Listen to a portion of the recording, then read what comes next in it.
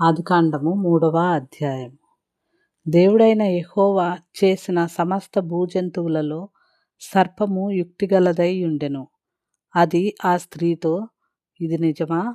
ఈ తోట చెట్లలో దేని ఫలములనైనను మీరు తినకూడదని దేవుడు చెప్పెనా అని అడిగెను. అందుకు స్త్రీ, ఈ తోట చెట్ల ఫలములను మేము తినవచ్చును.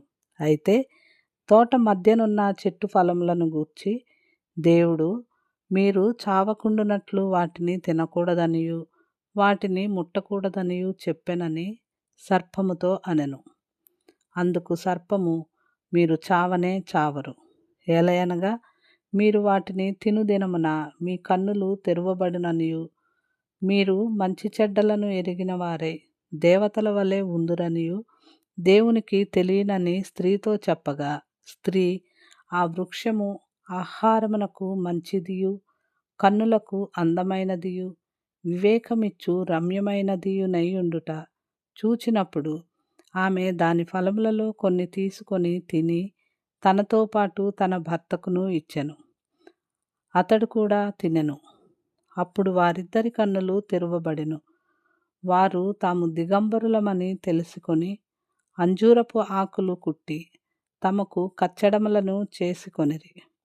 చల్లపూటను ఆదామును అతని భార్యయు తోటలో సంచరించుచున్న దేవుడైన యెహోవా స్వరము విని దేవుడైన యెహోవా ఎదుటికి రాకుండా తోట చెట్ల మధ్యను దాగుకొనగా, దేవుడైన యెహోవా ఆదామును పిలిచి, నీవు ఎక్కడ ఉన్నావనెను.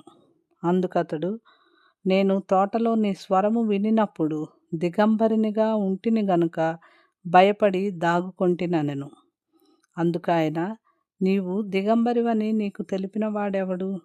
నీవు తినకూడదని నేను నీకు ఆజ్ఞాపించిన వృక్ష ఫలములు తింటివా అని అడిగెను.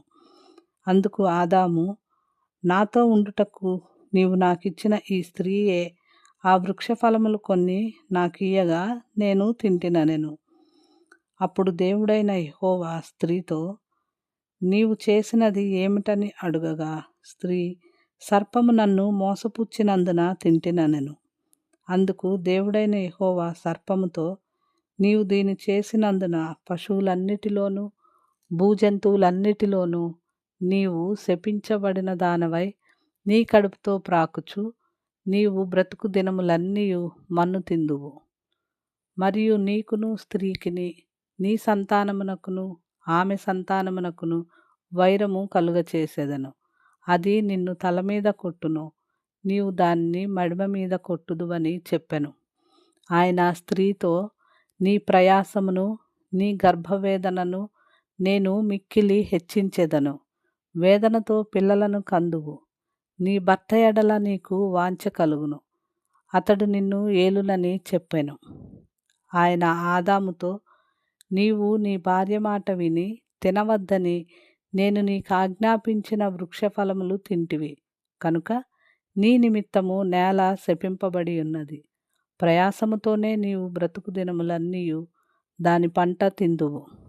అది ముండ్ల తుప్పలను గచ్చపొదలను నీకు మొలిపించును. పొలములోని పంట తిందువు. నీవు నేలకు తిరిగి చేరు వరకు నీ ముఖపు చెమట కార్చి ఆహారము తిందువు. ఏలయనగా నేల నుండి నీవు తీయబడితివి, నీవు మన్నే గనక తిరిగి మన్నైపోదువని చెప్పెను.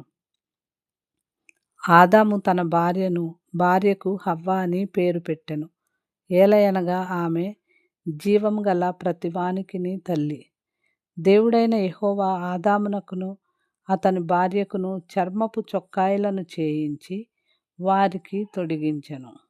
అప్పుడు దేవుడైన యెహోవా, ఇదిగో, మంచి చెడ్డలను ఎరుగునట్లు ఆదాము మనలో ఒకని వంటివాడాయెను.